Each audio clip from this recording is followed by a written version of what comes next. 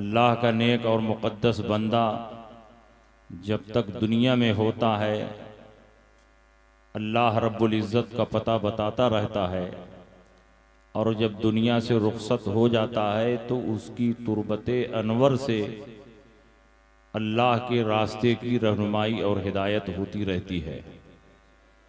अल्लाह का मुक़द्दस वली दुनिया से रुखसत हो जाता है, सदियाँ बीत जाती हैं, ज़माने बीत जाते हैं, मगर उसकी हुकूमत, उसका तसर्रुफ़, उसके इख्तियारात व कमालात ज़ाहिर व बाहिर होते रहते हैं और पूरी दुनिया के इंसानों को हिदायत व रहनुमाई करते रहते हैं।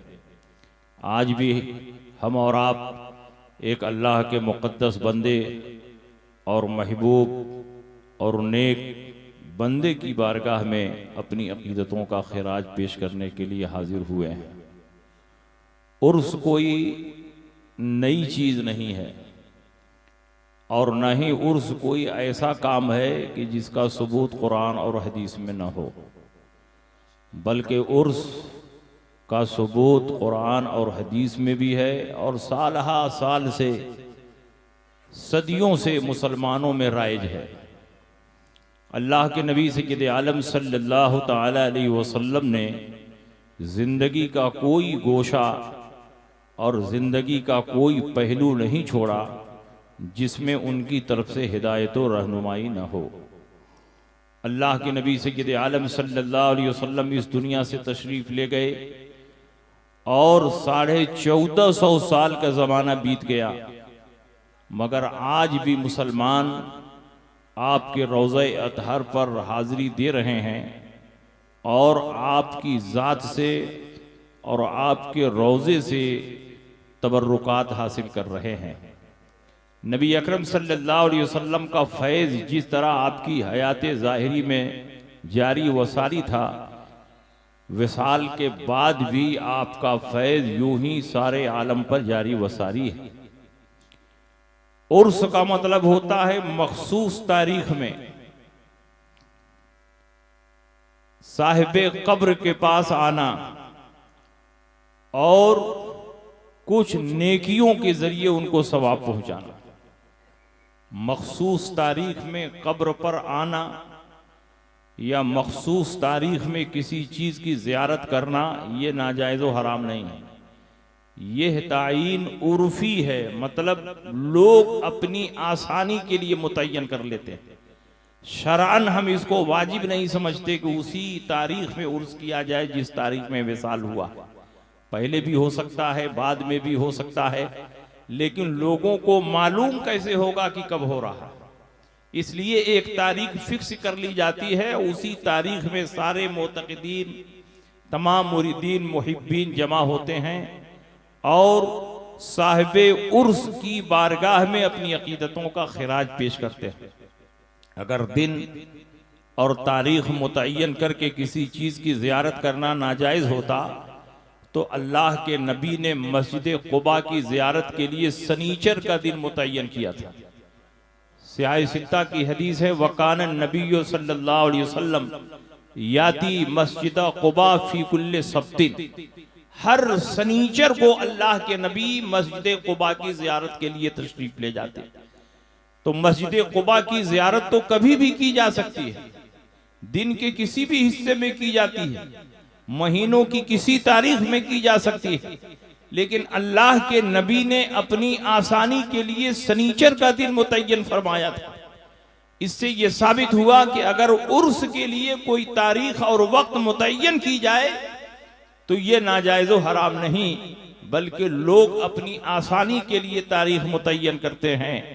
जैसे बेटी बेटे की शादी में तारीख मुतय्यन की जाती है, छठी तीजा में तारीख मुतय्यन की जाती है, और कोई खुशी और गम का मौका हो तो तारीख मुतय्यन की जाती है। जिस तरह ये तारीखें मुतय्यन करना नाजायज नहीं, उसी तरह उर्स की तारीख मुतय्यन करना भी नाजायज व हराम नहीं। और उर्स में होता क्या है, तमाम अकीदतमंद कब्र पर हाजिर होते हैं, कुरान अजीम की कुछ तिलावत करते हैं, कुछ सूरतों की तिलावत करते हैं और उसका सवाब साहिबे उर्स को, साहिबे मज़ार को पहुंचा देते हैं। तो क्या कब्र पर आना नाजायज? क्या कुरान पढ़कर सवाब पहुंचाना ना जाए? अगर कब्रों पर आना नाजायज होता तो अल्लाह के नबी अपनी वालिदा मोहतरमा की कब्र पर तशरीफ न ले जाते। अगर कब्रों पर जाना नाजायज होता तो अल्लाह के नबी शुहदाए उहुद की कब्रों पर साल बसाल हाजिरी नहीं देते। सिहाह सित्ता की हदीस है, वकान नबी सल्लल्लाहु अलैहि वसल्लम याती क़ुबूर शुहदाए बि उहुद अला रास कुल्ल सना।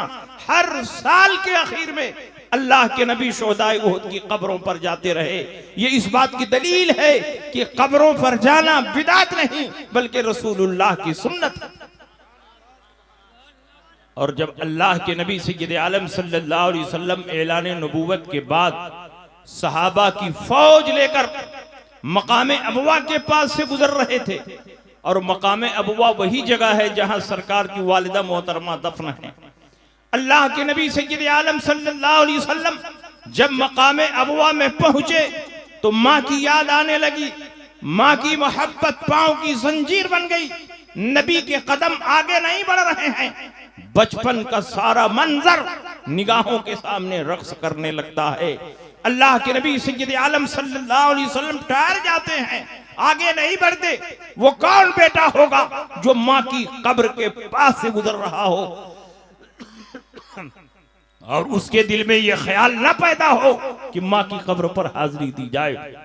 नबी के दिल में ख्याल पैदा हुआ, नबी के दिल में शौक पैदा हुआ, नबी के दिल में चाहत पैदा हुई।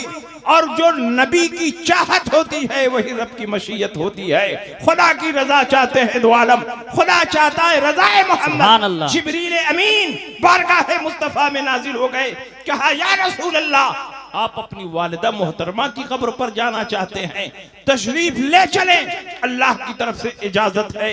अल्लाह के नबी सय्यद आलम सल्लल्लाहु अलैहि वसल्लम जिब्रील अमीन के साथ अपनी वालिदा मोहतरमा की कब्र पर पहुंचे। जिब्रील ने नबी को माँ की कब्र तक पहुंचाया और सिदरतुल मुंतहा के लिए रवाना हो गए। अल्लाह के नबी ने चाहा कि अपने दोनों हाथों को उठाएं और माँ के लिए दुआ करें। अभी हाथ उठाने का इरादा कर ही रहे थे कि जिब्रील अमीन दोबारा नाजिल हो गए और कहा या रसूल अल्लाह, आप अपने दोनों हाथों को नीचे रखें। इस रिवायत को पढ़ने के बाद कुछ लोग गुमराह हो गए और उन्होंने ये नतीजा निकाला कि नबी की वालिदा माज़अल्लाह काफिरा और मुशरिका थी, इसलिए नबी को हाथ उठाने से रोक दिया गया।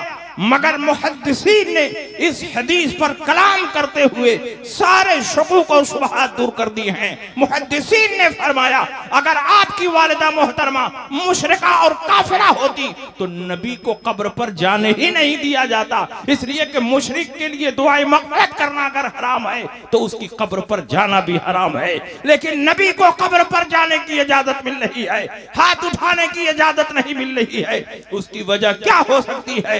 अल्लामा जलालुद्दीन सुयूती रहमतुल्लाह अलैह खसाइतुल कुबरा में तहरीर फरमाते हैं, इमाम नववी शरह मुस्लिम में लिखते हैं कि वजह यह थी कि नबी की वालिदा मोहतरमा की कब्र पर जब नबी तशरीफ ले गए थे, ये मुनाफिकीन का दौर था, हर जानिब नबी के मुखालिफ फैले हुए थे। अगर उस वक्त अल्लाह के नबी अपने दोनों हाथ को उठाते और अपनी माँ के लिए दुआ करते तो मुनाफिकीन ये प्रोपेगेंडा करते नबी की माँ उस वक्त बख्शी गई जब बेटे ने गिड़गिड़ा कर खुदा से दुआ की। अगर बेटे ने दुआ ना की होती तो नबी की माँ की मग़फ़िरत ना होती, नबी की माँ की बख्शिश ना होती। परवरदिगार आलम ने फरमाया ऐ नबी, आपको हाथ उठाने की क्या जरूरत है? आपकी माँ तो बख्शाई है, और सिर्फ आपकी माँ नहीं, आपका नूर जिन जिन पेशानियों से होता हुआ आमिना तक पहुंचा है, ये सब के सब बख्शवाए। नारे तकबीर, नारे रिसालत, उर्से मुक़द्दस हज़रत अल्लामा मुफ्ती शमशाद अहमद साहब क़िबला। नारे तकबीर, नारे रिसालत। इनको बख्शवाने के लिए हाथ उठाने की कोई जरूरत नहीं है, तो नबी को क्यों हाथ उठाने से रोका गया?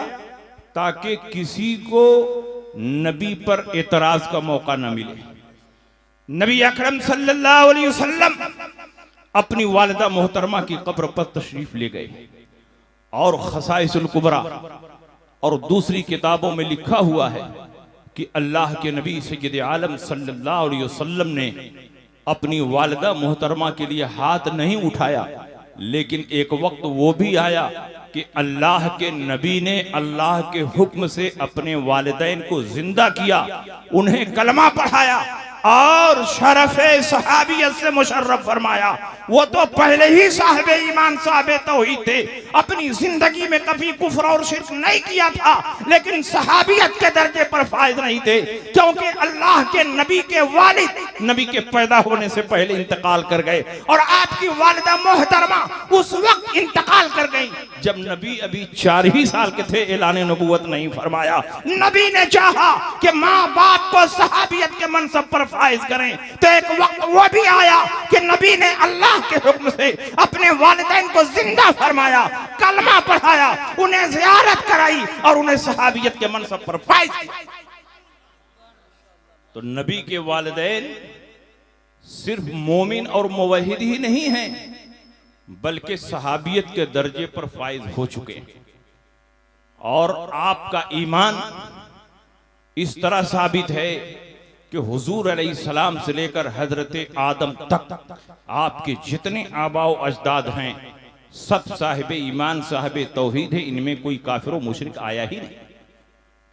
अल्लाह के नबी इरशाद फरमाते हैं, किताब शिफा की हदीस है, लम यज़लिल्लाहु यनक़ुलुनी मिनल अस्लाबिल करीमति वल अरहामित ताहिरति हत्ता अखरजनी बैना अबवैया। और शरह ज़ुरक़ानी की हदीस है, लम अज़ल उनक़लु मिन अस्लाबित ताहिरीन इला अरहामित ताहिरात। हर जमाने में परवरदिगार आलम ने मेरे नूर को पाक सुल्बों से पाक रहमों में मुंतकिल किया, यहाँ तक कि मुझको मेरे वालिदैन के दरमियान से पैदा फरमाया। हजरत आदम से लेकर हजरत अब्दुल्ला तक, हजरत हव्वा से लेकर हजरत आमिना तक, जहां जहां मेरा नूर रखा गया सब पाक और साफ थे, सब साहिबे ईमान साहिबे तौहीद थे, उनमें कोई नजिस और नापाक नहीं था।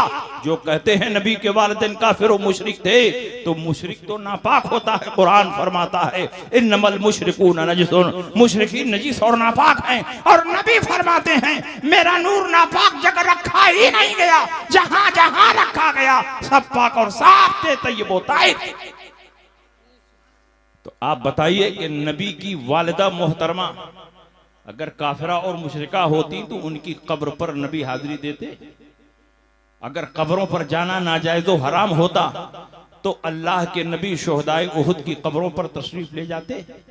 नबी ने कब्रों पर जाकर एक सुन्नत जारी फरमा दी कि कब्रों पर जाना बिदअत नहीं है बल्कि नबी की सुन्नत है। और नबी अकरम सल्लल्लाहु अलैहि वसल्लम की इस सुन्नत पर हजरत आयशा सिद्दीका बड़ी मजबूती से अमल कर रही। जब हुजूर अलैहिस्सलाम का विसाल हो गया, हुजरे आयशा में आपको दफन किया गया, तो हजरत आयशा सिद्दीका बार बार नबी की कब्र पर हाजिरी दे रही हैं। हुजूर अलैहिस्सलाम के बाद सिद्दीक अकबर खलीफा हुए, तकरीबन 2 साल तक उमूर खिलाफत को अंजाम दिया। जब आप भी दुनिया से रुखसत हुए, सरकार के पहलू में दफन कर दिया गया, तो अब हजरत आयशा दोनों कब्रों पर हाजिरी दे रही हैं। पहले हुजूर की कब्र पर, उसके बाद सिद्दीक अकबर की कब्र पर, उसके बाद उमर इब्ने खत्ताब खलीफा हुए और तकरीबन 8-10 साल तक शाहाना सतबत और जलाल और फातिहाना कर्रोफर के साथ उमूर खिलाफत को अंजाम दिया। जब आप भी दुनिया से रुखसत हुए, सरकार के पहलू में दफन कर दिया गया, तो अब हजरत आयशा तीनों कब्रों पर जा रही हैं। पहले हुजूर की कब्र पर, उसके बाद सिद्दीक अकबर की कब्र पर, उसके बाद उमर इब्ने खत्ताब की कब्र पर। लेकिन जब से हजरत उमर की कब्र बनी है, हजरत आयशा आती हैं तो चेहरे पर नकाब डाल के आती हैं, पूरे जिस्म को चादर से छुपा कर आती हैं। सहाबा ने पूछा, उम्मुल मोमिनीन, सबसे पहले हुजूर की कब्र बनी, आप आती रही, आपके चेहरे पर नकाब नहीं आया। उसके बाद सिद्दीक अकबर की कब्र बनी, आप आती रही, आपके चेहरे पर नकाब नहीं आया। लेकिन जब से उमर इब्ने खत्ताब दफन किए गए हैं, आती हैं तो आपके चेहरे पर नकाब क्यों होता है? हजरत आयशा सिद्दीका का जवाब सुनो और मसलके आला हजरत की हक्कानियत को अपने माथे की निगाहों से देखो। हजरत आयशा फरमाती हैं, सबसे पहले हुजूर की कब्र बनी, हुजूर मेरे शौहर हैं, अपने शौहर से कोई पर्दा नहीं होता। उसके बाद सिद्दीक अकबर की कब्र बनी, सिद्दीक अकबर मेरे बाप हैं और अपने बाप से भी कोई पर्दा नहीं होता। लेकिन जब से उमर इब्ने खत्ताब की कब्र बनी है, मैं उमर जैसे गैर महरम से शर्म करती हूँ, इसलिए अपने चेहरे पर नकाब डाल के आती हूँ। आप औरतों का मिजाज अच्छी तरह जानते हैं, औरतें कम मर्दों से शर्माती हैं। जब औरतों को ये एहसास हो कि कोई मर्द उनको देख रहा है। गोया हजरत आयशा सिद्दीका ने अपने इस अमल से दुनिया के मुसलमानों को बता दिया कि उमर अपनी कब्र में जिंदा है और आने वालों को देख रहे हैं। जब नबी का गुलाम अपनी कब्र में जिंदा है तो नबी की जिंदगी पर मुनाजरा क्यों हो रहा है, नबी की जिंदगी पर मुबाहिसा क्यों हो रहा है। जो अकीदा आला हजरत रज़ियल्लाहु ताला अन्हु ने दुनिया के सामने पेश किया है वो कोई नया अकीदा नहीं है, वो उनका गढ़ा हुआ अकीदा नहीं, वही अकीदा है जो हजरत सिद्दीका ने 1450 साल पहले दुनिया वालों के सामने पेश किया है। नारे तकबीर, नारे रिसालत, मसलके आला हजरत, नारे तकबीर, नारे रिसालत। तो जिंदा है वल्लाह, तो जिंदा है वल्लाह, मेरी चश्मे आलम से छुप जाने। तो बताइए कब्रों पर जाने का सबूत मिल रहा है कि नहीं मिल रहा है।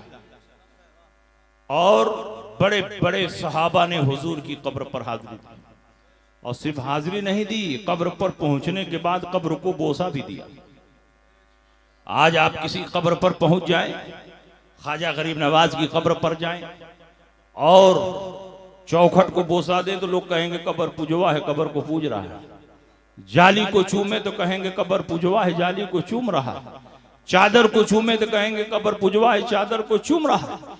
इनके नजदीक चूमने और पूजने में कोई फर्क नहीं, हालांकि चूमने और पूजने में जमीन और आसमान का फर्क है।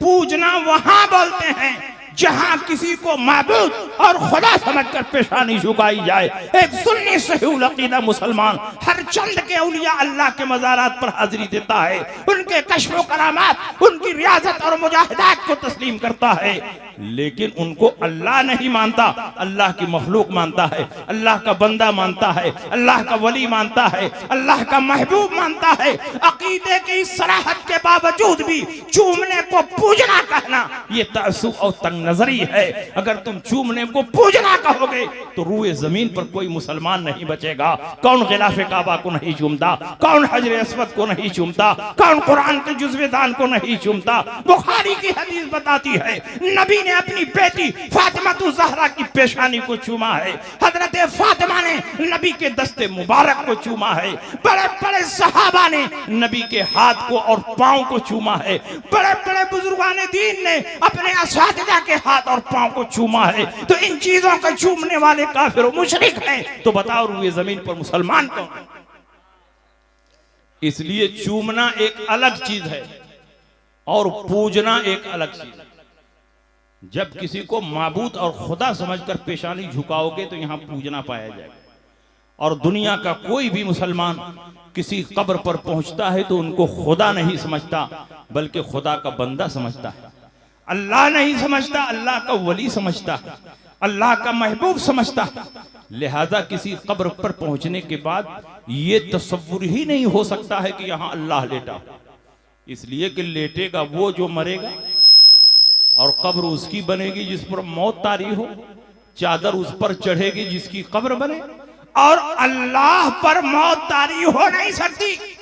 जब अल्लाह पर मौत तारी नहीं होगी तो उसकी कब्र भी नहीं होगी, उसकी चादर भी नहीं होगी। तो जिस कब्र पर हमने हाजिरी दी है, जिस कब्र पर हमने चादर देखा है, हम कैसे ये तसव्वुर कर सकते हैं कि यहाँ अल्लाह लेटा हुआ है। जो अल्लाह होगा वो लेट नहीं सकता, वो सो नहीं सकता, वो कब्र में आ नहीं सकता, वो मर नहीं सकता। इसलिए अल्लाह के वली के कब्र पर जाने के बाद दुनिया का कोई मुसलमान ये तसव्वुर कर ही नहीं सकता कि यहाँ अल्लाह लेटा हुआ है। जरूर उसके दिलो दिमाग में ये बात बैठा दी गई है कि अल्लाह हई है, अल्लाह कय्यूम है, अल्लाह हमेशा से है, वो हमेशा रहेगा, उस पर मौत नहीं तारी होगी। जब उस पर मौत नहीं तारी होगी तो उसकी कब्र भी नहीं होगी, जब उसकी कब्र नहीं होगी तो उसकी चादर भी नहीं होगी। पता चला चादर उसकी होगी जिसकी कब्र हो, कब्र उसकी होगी जिस पर मौत तारी हो, और अल्लाह पर मौत तारी हो नहीं। और अगर आपको चूमने और पूजने में फर्क न समझ में आया तो आइए तारीख इस्लाम की रोशनी में 2 मिनट में समझिए कि चूमने और पूजने में कितना फर्क है। इस्लाम की तारीख निगाहों के सामने रखिए। फतेह मक्का का मौका सन 8 हिजरी है। अल्लाह के नबी सय्यद आलम सल्लल्लाहु अलैहि वसल्लम शाहाना सतवदो जलाल के साथ मक्का मुकर्रमा में दाखिल हुए। उस वक्त खाने काबा में 360 बुत रखे हुए थे। अल्लाह के नबी ने इन तमाम बुतों को तोड़वा कर उनका मलबा बाहर फेंकवा दिया। बुत तोड़वाने वाले नबी हैं और तोड़ने वाले अली हैं। अली ने एक एक बुत को तोड़कर उनका मलबा बाहर फेंक दिया। ये बुत किस चीज के बने थे? पत्थर के बने थे। ये वही माबूदाने बातिला थे जिनकी खुदाई का सिक्का सदियों से मुशरिकीन के दिलों पर बैठा हुआ था। लेकिन मक्का फतह हुआ तो अल्लाह के नबी ने इन बुतों को तोड़कर उनका मलबा बाहर फेंक दिया। लेकिन यही इस्लामी तारीख हमें यह भी बताती है कि बहुत पहले अल्लाह के नबी ने अपने मुकद्दस हाथों से एक पत्थर को उसी खाने काबा में इज्जत और एहतराम के साथ नस्ब किया था जिसको चूमा जाता है, जिसको हजरे अस्वद कहा जाता है। मैं आपसे पूछना चाहता हूं, इन दोनों पत्थरों में क्या फर्क है? एक पत्थर को काबा से निकालकर फेंका जा रहा है, दूसरे पत्थर को उसी काबा में इज्जत और एहतराम के साथ नस्ब किया जा रहा है। मुझे कह लेने दिया जाए, जिस पत्थर को पूजा गया अल्लाह के नबी ने निकालकर फेंक दिया, और जिस पत्थर को चूमा गया था इज्जत और एहतराम के साथ उसी काबा में नस्ब फरमा। वाह, नारे तकबीर, या रसूल अल्लाह, या रसूल अल्लाह, जिंदाबाद जिंदाबाद जिंदाबाद जिंदाबाद, अल्लाहु अकबर, या रसूल अल्लाह। और सिर्फ चूमने की बुनियाद पर अगर किसी को मुशरिक कहा जाए तो सारे सहाबा मुशरिक हो जाएंगे, क्योंकि सहाबा ने नबी की कब्र को चूमा है, उसको बोसा दिया है। कई रिवायतें हैं, मैं सिर्फ एक रिवायत आपके सामने पेश कर दे रहा। मुस्नद इमाम अहमद इब्न हंबल में यह हदीस मौजूद है। इस हदीस के रावी हजरत अबू दरदा रजी अल्लाह तआला अन्हु, जब हुजूर अलैहिस्सलाम का विसाल हुआ तो बिलाल हबशी हुजूर के गम में आंसू बहाते रहे। मदीना मुनव्वरा में उनको अच्छा नहीं लगता। जब मदीना मुनव्वरा में उनका दिल नहीं लगा तो कुछ दिनों के बाद मुल्क शाम चले गए, वहीं आबाद हो गए, वहीं उनका इंतकाल हो गया। इंतकाल से पहले जब मुद्दत गुजर गई, मदीना मुनव्वरा आए नहीं, तो नबी अकरम सल्लल्लाहु अलैहि वसल्लम उनके ख्वाब में तशरीफ लाए और अल्लाह के नबी ने फरमाया, या बिलालो मा हाज़िहिल जफ़वा अलम याने अन तज़ूरनी फबका बुका अन कसीरा व रकिबा राहिलतहु। ऐ बिलाल हबशी, ये क्या जुल्म है? क्या मेरी याद तुमको नहीं तड़पाती? क्या मेरी कब्र की ज़ियारत के लिए मदीना मुनव्वरा नहीं आओगे? जब तक मैं हयात ज़ाहिरी के साथ था तुम एक खादिम और गुलाम की तरह हर वक्त मेरे पीछे पीछे रहते थे। अब मैं कब्र अतहर में आ गया हूँ तो तुम मदीना छोड़कर मुल्क शाम में चले आए, मेरी याद नहीं तड़पाती? मेरी कब्र की ज़ियारत के लिए नहीं आओगे?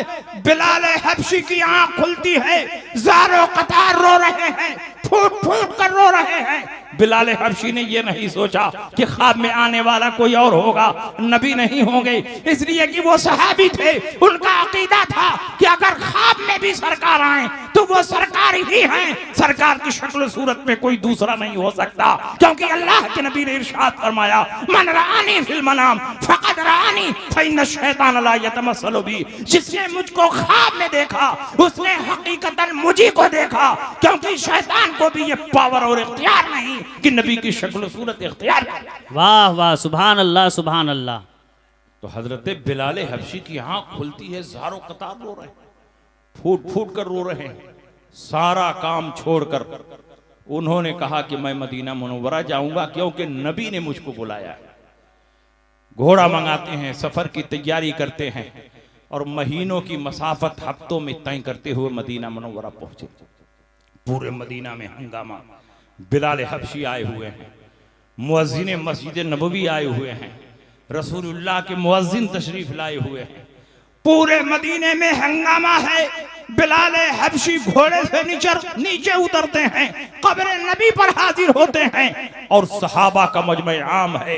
कब्र पर पहुंचते ही बिलाल हबशी ने अपने दोनों होठों को कब्र नबी पर रख दिया। मैं आपसे पूछना चाहता हूं, अगर कब्र पर होठ रखा जाएगा तो बताओ बोसा कमाना पाया जाएगा कि नहीं पाया जाएगा? बिलाल हबशी ने नबी की कब्र पर अपने दोनों होठों को रोक दिया और दोनों हाथों से कब्र नबी को पकड़ लिया। सहाबा देख रहे हैं, मना नहीं फरमाते। सहाबा की आदत थी कि शरीयत के खिलाफ कोई काम देखते फौरन टोकते थे और मना फरमाते थे। लेकिन बिलाल हबशी हैं कि नबी की कब्र को चूम रहे हैं, सहाबा देख रहे हैं, मना नहीं फरमाते। ये इस बात की दलील है कि नबी की कब्र को चूमना ये शिर्क और बिदात नहीं बल्कि सहाबा की सुन्नत है। और यही से एक दूसरा मसला भी हल हो गया। वो दूसरा मसला ये है कि जब आप सऊदी अरबिया हज के लिए जाएंगे हरमैन तैयबैन, तो वहां नजदी मुल्ला छोटी छोटी किताबें तकसीम करते हैं, पंफलेट बांटते हैं, और उसमें लिखा रहता है कि नबी की कब्र की जियारत की नीयत से सफर न करो, गुंबदे खतरा की जियारत की नीयत से सफर न करो, वरना सफर हराम हो जाएगा, हज बर्बाद हो जाएगा। सिर्फ और सिर्फ खाने काबा के तवाफ के लिए और हज की अदायगी, उमरा की अदायगी की नीयत से सफर करो।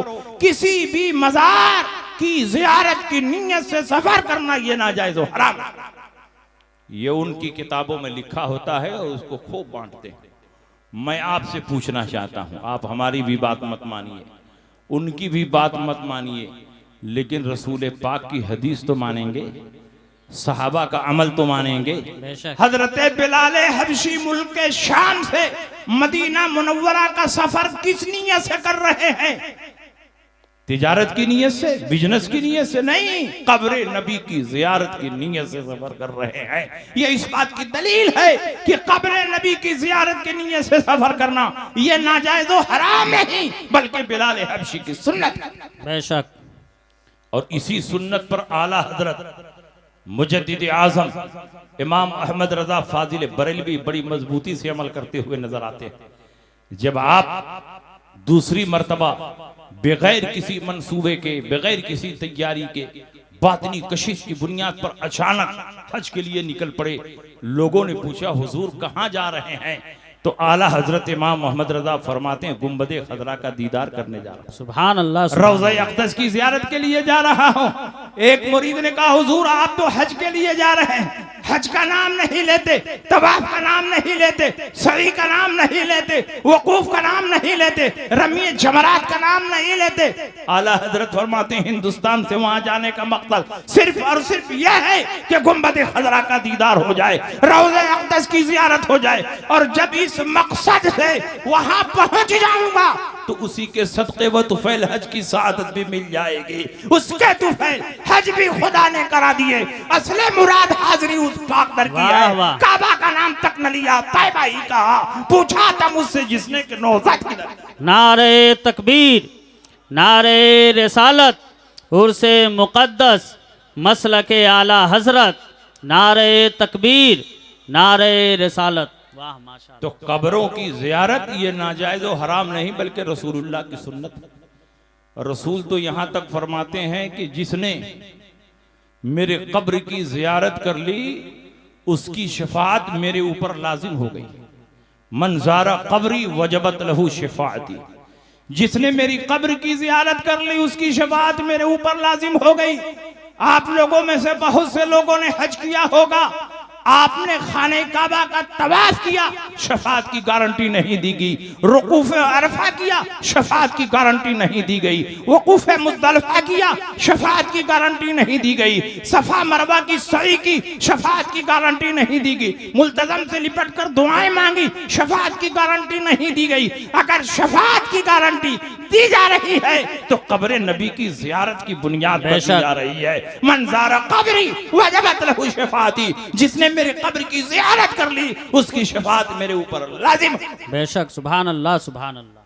तो उर्स में एक काम होता है कब्र की ज़ियारत करना, और दूसरा काम होता है कुरान अजीम की तिलावत करके, मुसलमानों को खाना खिलाकर, मुसलमानों को पानी पिलाकर और महफिल पाक मुनाकिद करके उसका सवाब साहिबे उर्स के रूह को पहुंचाना। बेशक। तो क्या कुरान पढ़कर उसका सवाब पहुंचाना ये नाजायज़ व हराम है? मुसलमानों को खाना खिलाकर सवाब पहुंचाना ये नाजायज़ व हराम है? मुसलमानों को पानी पिलाकर सवाब पहुंचाना नाजायज़ व हराम है? अपने मुर्दों के नाम कुर्बानी करके उनको सवाब पहुंचाना, क्या ये नाजायज़ व हराम है? हज और उमरा की अदायगी करके, तवाफ की अदायगी करके उनको सवाब पहुंचाना ये नाजायज़ व हराम है? नहीं, बल्कि किसी भी नेक अमल का सवाब मुर्दों को पहुंचाया जा सकता है। इस नुक्ते पर तमाम अइम्माए किराम का इजमा और इत्तेफाक है कि जिंदों के नेक अमल का सवाब मुर्दों को पहुंचता है। अगर तुम मुर्दों को सवाब पहुंचाना चाहते हो तो जिंदों को खाना खिलाओ, जिंदों को पानी पिलाओ, गरीबों को कपड़ा पहनाओ, गरीबों को खाना खिलाओ, कुरान अजीम की तिलावत करो। जो भी नेक अमल करोगे उसका सवाब तुम्हारे मुर्दे को पहुंचेगा। ये रसूलुल्लाह की कई दर्जन हदीसों से साबित है। मगर वही लोग जो उर्स की मुखालफत करते हैं वो कहते हैं जिंदों के नेक अमल का सवाब मुर्दों को नहीं पहुंचता है। नेक काम हम करें और सवाब दूसरे को पहुंचे, ऐसा कैसे हो सकता? तो जो ऐसा कहते हैं कि जिंदों के नेक अमल का सवाब मुर्दों को नहीं पहुंचता है, तो आप कहिए कि तब तो नमाज जनाजा पढ़ने से भी मुर्दे की मग़फ़िरत नहीं होगी। तो नमाज जनाजा पढ़ने से फायदा क्या है? मुर्दों के नेक अमल का सवाब मुनक़ता हो जाता है, लेकिन मरने के बाद जब जिंदा नेक अमल करता है तो मुर्दों को सवाब पहुंचता रहता है। और नमाज जनाजा में होता क्या है?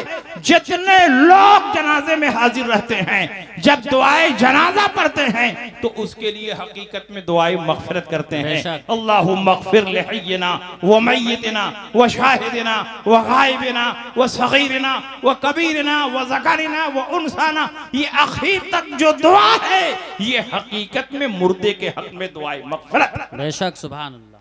इसको नमाज तो मजाजन कहते हैं, हकीकत में ये नमाज नहीं है, ये दुआए मग़फ़िरत है। अगर नमाज होती तो सजदा होता, नमाज होती तो रुकू होता, लेकिन न इसमें रुकू है, न सजदा है, न कुरान की तिलावत है, न सूरह फातिहा की तिलावत है, कुछ नहीं, सिर्फ दुआए मग़फ़िरत है। लेकिन नमाज की बहुत सी शर्तें यहाँ भी लाजिम हैं। किबला की तरफ मुँह करके जनाजा पढ़ना है, पाक साफ हो करके नमाज जनाजा पढ़ना है, सत्र औरत के साथ नमाज जनाजा पढ़ना है, तहारत के साथ नमाज जनाजा पढ़नी है। इसलिए इसको नमाज मजाजन कह दिया जाता है, वरना हकीकत में ये नमाज नहीं है बल्कि दुआए मग़फ़िरत। और सुनिए बुखारी और मुस्लिम की हदीस, एक औरत हुजूर अलैहिस्सलाम की खिदमत में हाजिर हुई जो कहते हैं कि जिंदों के नेक अमल का सवाब मुर्दों को नहीं पहुंचता है। वो गौर से सुने। इन्ना इमरातम मिन जुहैनता जात इला नबी सल्लल्लाहु अलैहि वसल्लम व क़ालत या रसूल अल्लाह इन्ना उम्मी नज़रत अन तहुज्जा फलम तहुज्जा हत्ता मातत अफा अहुज्जु अनहा क़ाल हुज्जी अनहा। एक औरत जो कबीले जुहैना से ताल्लुक रखती थी नबी की खिदमत में हाजिर हुई, कहा या रसूल अल्लाह, मेरी माँ ने नजर मानी थी कि हज करेंगी, वो हज ना कर सकी, उनका इंतकाल हो गया, क्या मैं ही उनकी तरफ से हज कर लूं, उनको सवाब मिल जाएगा? नबी ने फरमाया हुज्जी अनहा, हज कर ले, उनको सवाब मिल जाएगा। सुभान अल्लाह। दूसरी हदीस जो बुखारी और मुस्लिम में है, इन्ना इमरातम मिन खसाम जात इला नबी सल्लल्लाहु अलैहि वसल्लम व क़ालत या रसूल अल्लाह इन्न फरीज़तल्लाहि अदरकत अबी शैखन कबीरन ला यसबुतु अला राहिला अफा हुज्जु अनहा क़ाल हुज्जी अनहु व ज़ालिका फी हज्जतिल वदा। एक औरत जो कबीले खसाम से ताल्लुक रखती थी नबी की खिदमत में हाजिर हुई, कहा या रसूल अल्लाह, मेरे बाप बिल्कुल बूढ़े हो चुके थे, सवारी पर बैठने की ताकत नहीं थी, इसीलिए वो हज को न जा सके और फिर कुछ दिनों के बाद उनका इंतकाल हो गया, क्या मैं ही अपने बाप की तरफ से हज कर लूं, मेरे मरे हुए बाप को सवाब मिल जाएगा? नबी ने फरमाया हज कर ले, सवाब मिल जाएगा।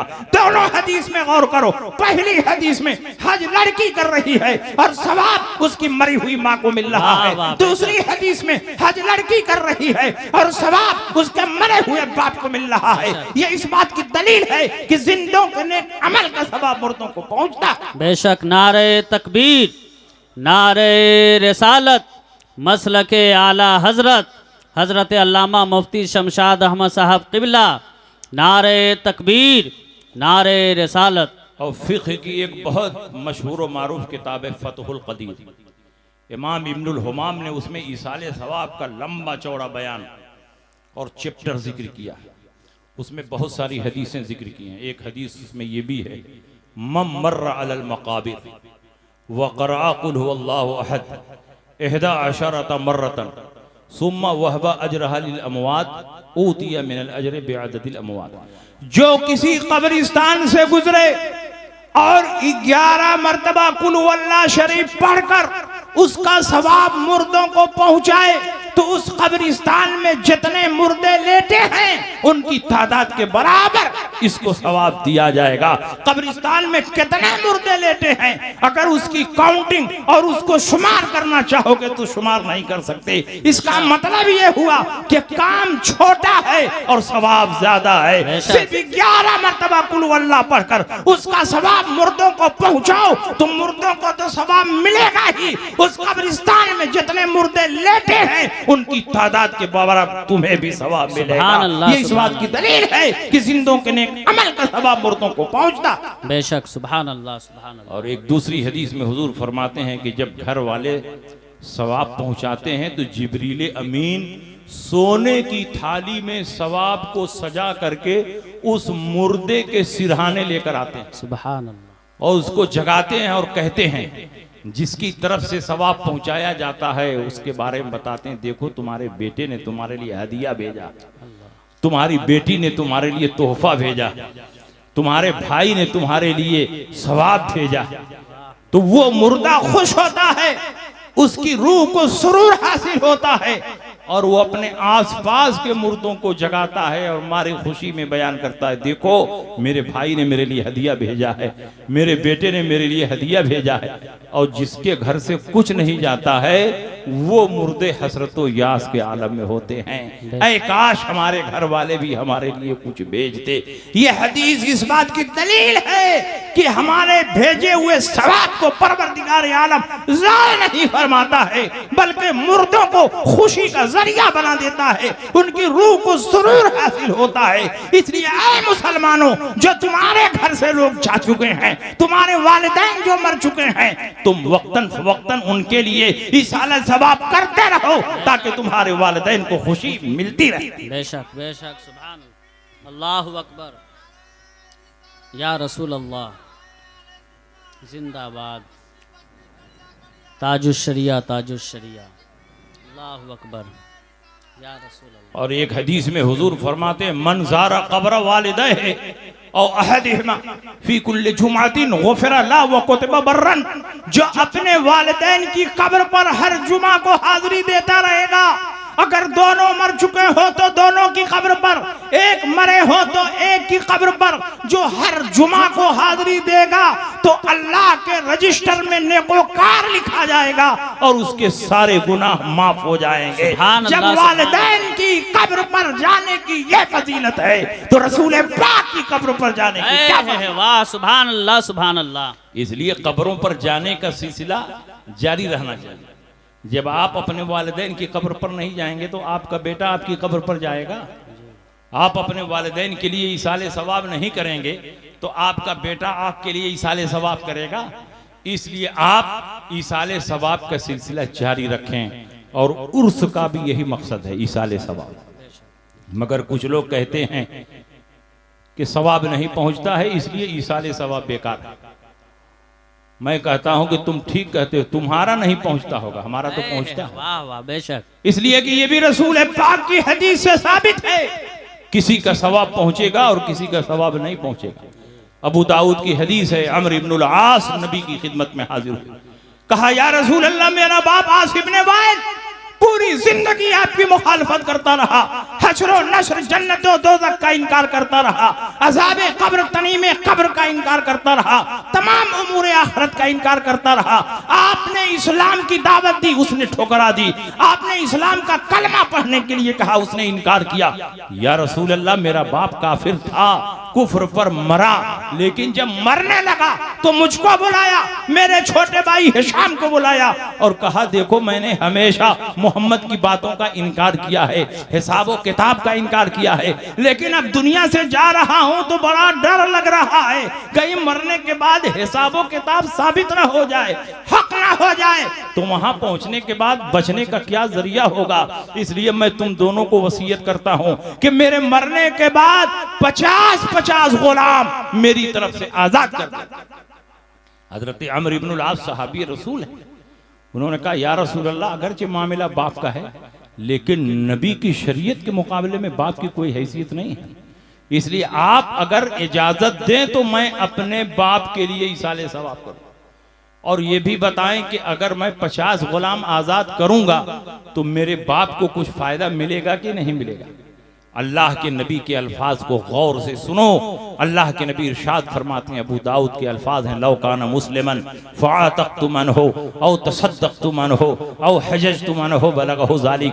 अगर तेरा बाप मुसलमान होता और तुम उसकी तरफ से गुलाम आजाद करते, सदका व खैरात करते, उसकी तरफ से हज करते तो उसको सवाब मिलता, लेकिन तेरा बाप तो काफिर है इसलिए अब उसको सवाब नहीं मिलेगा। जो कहते हैं सवाब नहीं मिलता है वो ठीक कहते हैं, इनके मुर्दे ऐसे ही हैं कि उनको सवाब नहीं मिले, इनके मुर्दे कटमुर्दा हैं इसलिए उनको सवाब नहीं मिल रहा है। हमारे मुर्दे नबी के इश्क में मरे हैं, नबी की मोहब्बत में मरे हैं, नबी की गुलामी का पट्टा अपने गले में डाल कर गए हैं, इनके सीनों में ईमान की रोशनी जगमगा रही है। जब हम अपने मुर्दों को सवाब पहुंचाते हैं तो सवाब पहुंचता है, इसलिए कि मरने वाला भी मुसलमान है और सवाब पहुंचाने वाला भी मुसलमान, और जब एक मुसलमान दूसरे मुसलमान को सवाब पहुंचाता है तो अल्लाह के फजल से सवाब पहुंचता। बेशक। नारे तकबीर, नारे रिसालत, मसलके आला हजरत, उर्से मुक़द्दस, उलमाए अहले सुन्नत, नारे तकबीर, नारे रिसालत। वाह माशाअल्लाह। अब बहुत सारे लोग ये सवाल करते हैं कि सवाब ही पहुंचाते हैं तो सामने खाना रख करके क्यों सवाब पहुंचाते हैं?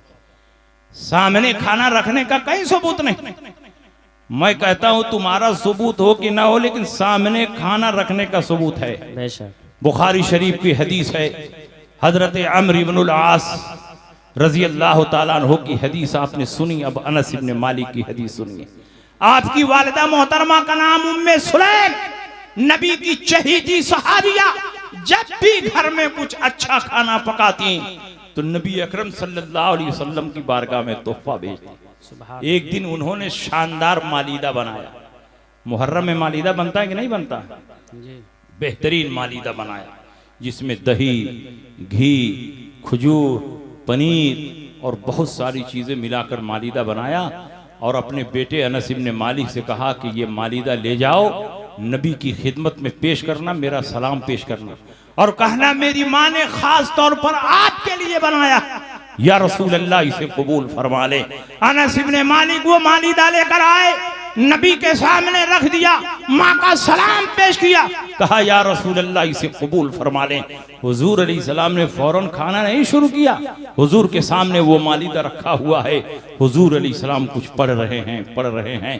पढ़ने से जब फारिग हुए तो अल्लाह के नबी ने फरमाया जाओ 10-10 सहाबा को बुला कर लाओ। 10-10 सहाबा आते रहे, उसी मालीदा से खाते रहे। सुभान अल्लाह। पेट भर जाता, चले जाते तो फरमाते जाओ और 10 सहाबा को बुला कर लाओ। वो आते, खाते, पेट भर जाता, चले जाते, फरमाते जाओ और 10 सहाबा को बुला कर लाओ। 10-10 सहाबा आते रहे, खाते रहे, आते रहे, खाते रहे। अनस इब्न मालिक का बयान है 300 सहाबा खाकर शिकम सैर हो गए। अल्लाह के नबी ने फरमाया अनस इब्न मालिक, अब ये मालीदा उठाओ और लेकर अपने घर जाओ, अपनी माँ को सलाम कहना और कहना कि नबी ने तुम्हारा हदिया तोहफा कबूल कर। सुभान अल्लाह। अनस इब्न मालिक का बयान है जब मालीदा उठाया तो ये देखकर हैरान रह गया कि 300 सहाबा के खाने के बावजूद जर्रा बराबर उसमें कुछ कमी नहीं हुई है, लगता है मालीदा पहले से और ज्यादा हो। सुभान अल्लाह, सुभान अल्लाह। अब आप बताइए, इस हदीस में 3 बातें मौजूद हैं। सामने खाना रखना भी जाए, उस पर पढ़ना भी जाए, पढ़ने के बाद मुसलमानों को खिलाना भी जाए। नबी के सामने रखा गया तो रखने का सबूत हो गया कि नहीं, और नबी ने उस पर पढ़ा तो पढ़ने का सबूत हो गया कि नहीं, और नबी ने सहाबा को खिलाया तो खिलाने का भी सबूत हो गया कि नहीं। तीनों बातों का सबूत इसमें मौजूद है, इसलिए ईसाले सवाब भी जायज है, उर्स भी जायज है, और वफात याफ्ता लोगों की रूह को सवाब पहुंचाना यह भी रसूल पाक की बेशुमार हदीसों से साबित। बेशक। इसलिए ये सिलसिला साल बसाल जारी रहना चाहिए। आपके घर के जितने मरहूमीन हैं, जो कुछ हो सके, ज़रूरी नहीं कि बहुत लंबा चौड़ा प्रोग्राम करें तो ही सवाब मिले। आप कुरान की तिलावत करें, जितनी इस्तिताअत है 2-4 मिस्कीनों को खाना खिलाएं, पानी पिलाएं और अपने मरहूमीन को सवाब पहुंचाएं। और याद रखें, जब आप अपने बुजुर्गों को सवाब पहुंचाते रहेंगे तो आपकी औलाद भी आप ही के रास्ते पर चलती रहेगी और आपको सवाब पहुंचाती रहेगी।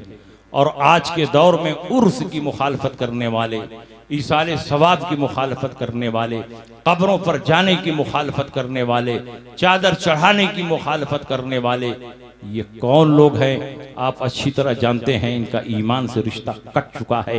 ये वही लोग हैं कि जिनके खिलाफ आला हजरत इमाम मोहम्मद रजा पूरी जिंदगी ज़बान और कलम से जिहाद फरमाते रहे। आला हजरत इमाम मोहम्मद रजा फातिल बरेलवी रज़ी अल्लाह तआला अन्हु ने सिर्फ वहाबियों के रद में 300-350 किताबें तस्नीफ फरमाई हैं और मजमूई तौर पर आला हजरत इमाम मोहम्मद रजा ने 1000 से ज्यादा किताबें तस्नीफ फरमाई। उनका एहसान अजीम है कि अगर इस फितने के खिलाफ आला हजरत ज़बान और कलम के जरिए जिहाद न फरमाते, इस तहरीक को कुचलने की कोशिशें न करते, तो दावे के साथ आप नहीं कह सकते थे कि आज आप साहिब ईमान हैं, साहिब तौहीद हैं, आप सच्चे पक्के मुसलमान हैं। आला हजरत का एहसान अजीम है कि उन्होंने अपनी तस्नीफात के जरिए, अपने फतवों के जरिए दुनिया भर के मुसलमानों के दीनों ईमान की हिफाजत। बेशक, सुभान अल्लाह।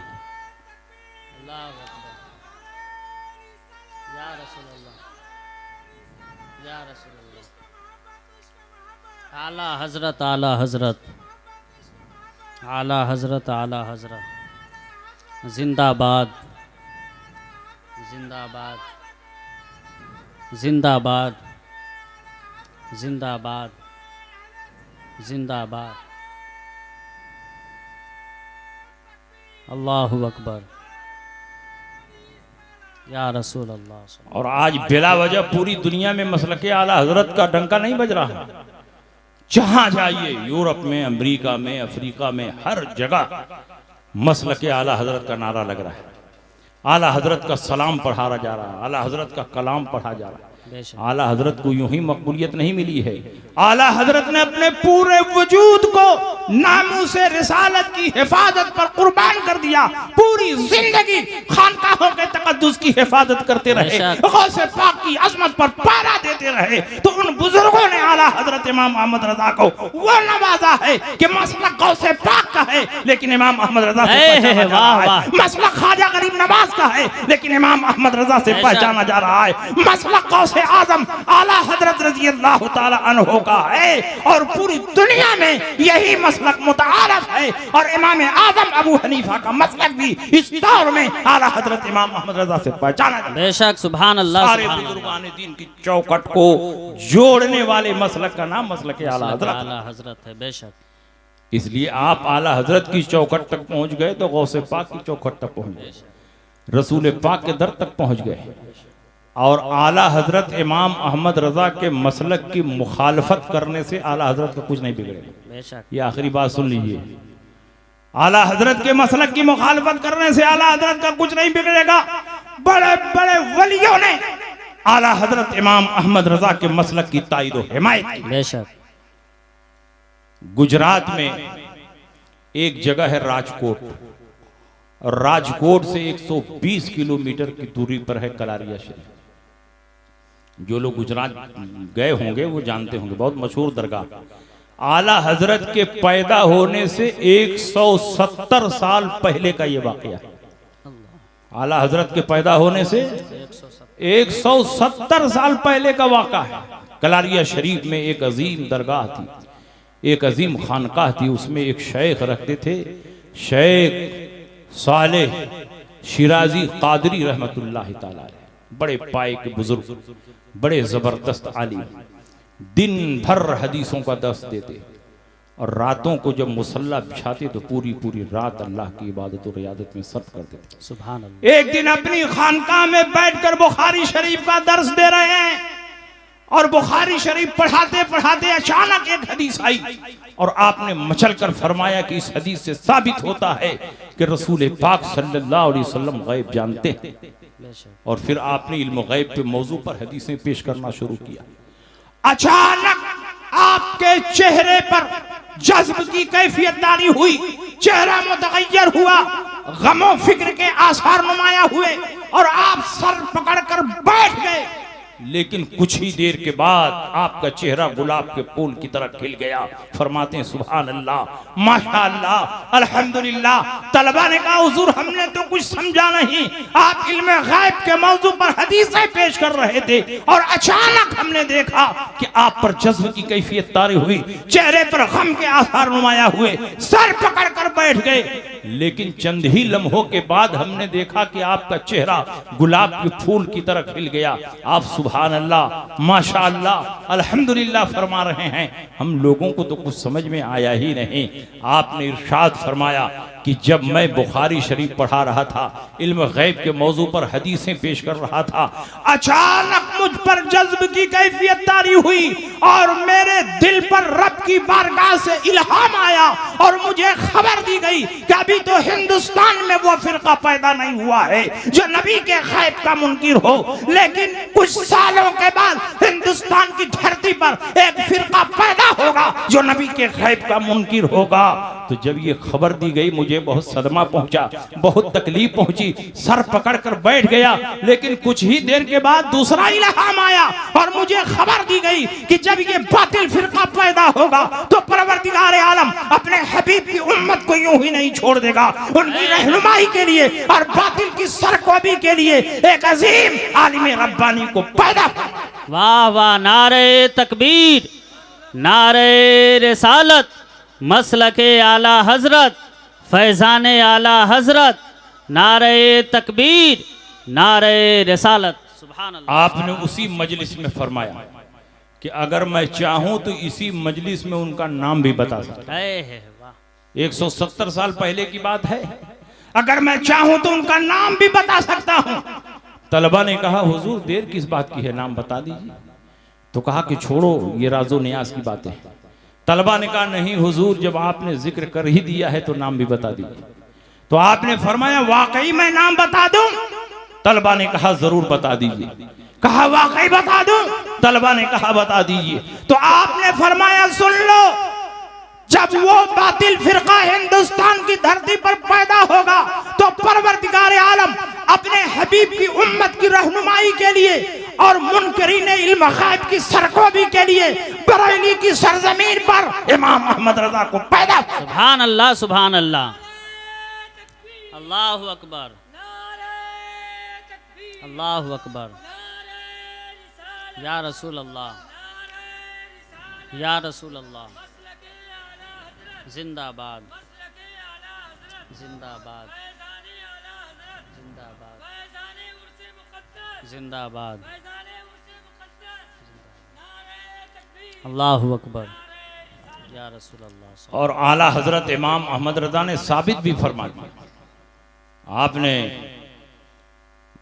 बाद के अदवार में इल्म गैब के सबूत में अद्दौलतुल मक्किया बिल माद्दतिल गैबिया अरबी जबान में बगैर किसी किताब को देखे हुए मक्के की सरजमीन पर सिर्फ 8.5 घंटे में तस्लीम। सुभान अल्लाह, सुभान अल्लाह। और जब दौलतुल मक्किया लेकर बम्बई आए तो इकराम इमाम अहमद रजा में लिखा हुआ, इकराम इमाम अहमद रजा हजरत मुफ्ती बुरहानुल हक साहब की किताब है इकराम इमाम अहमद रजा, जिसमें आला हजरत के हज के वाकयात लिखे। उधर आला हजरत बम्बई में आए, पानी के जहाज से गए थे, पानी के जहाज से आए। मुफ्ती बुरहानुल हक साहब जबलपुर से आला हजरत का इस्तकबाल करने बम्बई गए और बम्बई के कुरला कसाई वाड़ा में क़याम था। 3-4 दिन के बाद आला हजरत फरमाते हैं बुरहान मियाँ तैयार हो जाओ, बांद्रा चलना और बांद्रा के मजजूब साहब से मुलाकात करनी है। बांद्रा समंदर के साहिल पर एक बसा हुआ शहर है, वहाँ एक अजीम खानका थी, उसमें एक बुजुर्ग थे। आला हजरत जिस शहर में जाते वलियों की खुशबू उनको महसूस होने लगती और उनकी बारगाह में पहुंचकर मुलाकात करते, इत्तिसाब फैज करते। आला हजरत ने फरमाया बुरहान मियाँ तैयार हो जाओ, बांद्रा चलना है और बांद्रा के मजजूब साहब से मुलाकात करना।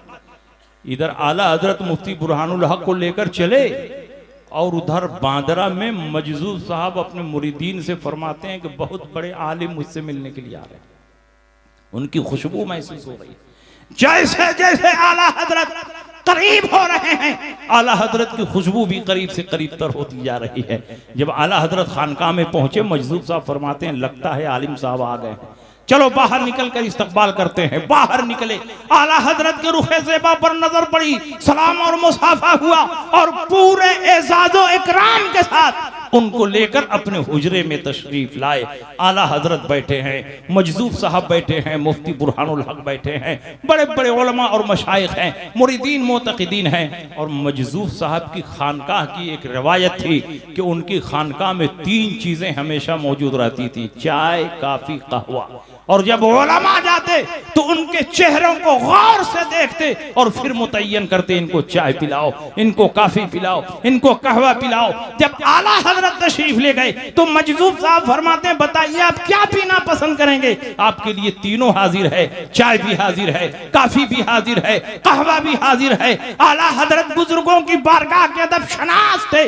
आला हजरत फरमाते हैं जब मजदूर साहब ने तीनों का नाम ले लिया है तो मुझे तीनों पसंद है, तीनों में बरकत नजर आ रही है। चाय भी पसंद है, काफी भी पसंद है, कहवा भी पसंद है। एक ही प्याली में चाय डाली गई, काफी डाली गई, कहवा डाला गया और आला हजरत ने चमचे से हिलाकर पी लिया।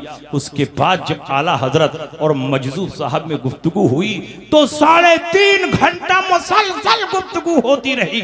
लेकिन जितने हाजिरीन हैं सब हैरान हैं, किसी को एक लफ्ज समझ में नहीं आ रहा है। मुफ्ती बुरहानुल हक का बयान है, बार बार मैं कोशिश करता रहा कि जरा समझ जाऊं कि किस जबान में बात हो रही है, किस टॉपिक पे बात हो रही है, किस मौजू पे बात हो रही है, लेकिन एक लफ्ज भी मुझे समझ में नहीं आया। और जब गुफ्तगू खत्म हुई तो बाहर निकलकर आला हजरत जाने लगे। मजदूर साहब ने दरवाजे के बाहर तक आला हजरत को रुखसत किया। मुफ्ती बुरहानुल हक भी आला हजरत के पीछे पीछे जा रहे हैं। अचानक दिल में ख्याल आया कि आला हजरत जिनसे मिलने के लिए आए हैं वो कोई मामूली बुजुर्ग नहीं होंगे, बहुत पाई के बुजुर्ग होंगे। चलूं मैं भी तन्हाई में अपने लिए कुछ दुआ करा लूं, कुछ नसीहत हासिल कर लूं। आला हजरत के पीछे पीछे जा रहे थे और भागकर फिर हुजरे में आ गए। मुफ्ती बुरहानुल हक ने कहा हुजूर कुछ मेरे लिए भी नसीहत फरमा दें। मजदूर साहब ने कहा कि तुम मुझसे नसीहत लेना चाहते हो? कहा हाँ हुजूर आप ही से नसीहत लेना चाहता हूं। तो मुफ्ती बुरहानुल हक ने फरमाया कि हुजूर मैं आपके पास इसीलिए आया हूं कि आप मुझे नसीहत फरमा दें। तो मजदूर साहब ने कहा कि अभी जिनके पीछे पीछे चल रहे थे मेरी नसीहत यही है कि उन्हीं के पीछे पीछे चलते रहो, जन्नत तक पहुंच जाओगे। इनका रास्ता जन्नत में ले जाने वाला रास्ता है। मसलक आला हजरत कोई नया मसलक नहीं, जन्नत में ले जाने वाले रास्ते का नाम मसलक आला हजरत। वाह वाह, नारे तकबीर,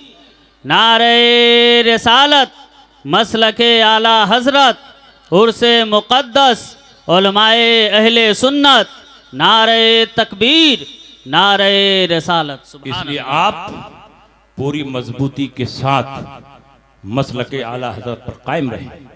ये कोई नया मसलक नहीं है, ये कोई 5वां मसलक नहीं है। सहाबा के मसलक का नाम मसलक के आला हजरत, बेशक ताबईन के मसलक का नाम मसलक के आला हजरत है, अइम्मा मुज्तहिदीन के मसलक का नाम मसलक के आला हजरत है, गौस व ख्वाजा की तालीमात का नाम मसलक के आला हजरत है, किताब व सुन्नत के खुलासा और निचोड़ का नाम मसलक के आला हजरत है, इश्क मुस्तफा के रोशन चिराग का नाम मसलक के आला हजरत है। पूरी जिंदगी मसलक के आला हजरत पर कायम रहो, क्योंकि आला हजरत इमाम अहमद रजा ने हमारे दीनों ईमान की हिफाजत फरमाई है। उनकी राह पर चलने वाला, उनके रास्ते पर चलने वाला कभी भटक नहीं सकता। इसलिए आप मसलक आला हजरत पर कायम रहें। लहद में इश्क रुखे शाह का दाग लेके चले, अंधेरी रात सुनी थी चिराग लेके चले, तेरे गुलामों का नक्श कदम राह खुदा वो क्या बहक सके जो ये सुराग लेके चले। वाखिर दावाना अनिल हम्दुलिल्लाहि रब्बिल आलमीन।